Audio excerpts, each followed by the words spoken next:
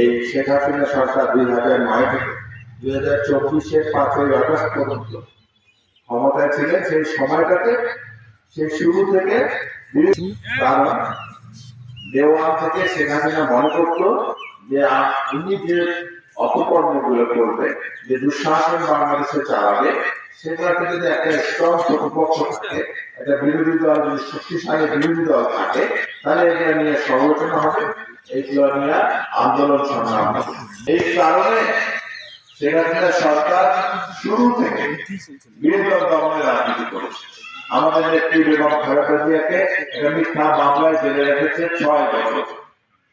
বর্তমানে অন্তর্বর্তীকালীন সরকারের আইন উপদেষ্টা আছেন, উনি বলেছেন যে 2 কোটি টাকা মিথ্যা অভিযোগে খালেদা জিয়াকে বেগম জিয়াকে 6 বছর জেলে রাখা হয়েছিল, সেই টাকাটা এখনো অন্য অ্যাকাউন্টে 6 কোটি টাকা হয়ে আছে।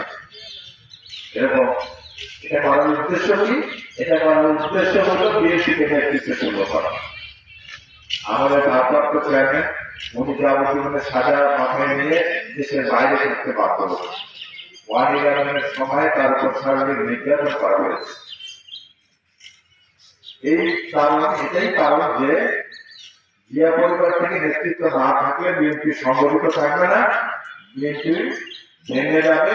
বিএনপির নেতৃত্ব না থাকলে বিএনপি আন্দোলন সংগ্রাম করতে পারবে না, এদেশের জনগণকে সঙ্গে নিয়ে হাসিনা বিরোধী কোনো আন্দোলন এফেক্টিভলি করতে পারবে। এই উদ্দেশ্যে আমাদের মহাসচিবের বিরুদ্ধে 122টা মামলা, এদের অনেক নেতা আছে যার 300-400 মামলা, এবং তৃণমূল পূজার পর্যন্ত মামলা হামলা আমাদের উপরে বিভিন্ন অত্যাচার নিপীড়ন জুলুম এটা করা হয়েছে। বাংলাদেশের রাজনীতিতে শেখ হাসিনা সরকারের প্রথম আবিষ্কার করছে আয়নাঘর। যে আয়নাঘর বাংলাদেশের 53 বছরের ইতিহাসে কিন্তু ছিল। শেখ হাসিনা সরকারের সময় 53 আমরা দেখলাম যে আয়নাঘর একটা কবরের সমান ঘর, সেখানে একটা মানুষকে বছরের পর বছর রাখা হয়েছে। আমাদের অনেক নেতা কর্মীকে বছরের পর বছর আয়নাঘরে রাখতে হয়েছে। আমাদের অনেক নেতা কর্মী গুম হয়েছে, অনেকে গুম হয়েছে।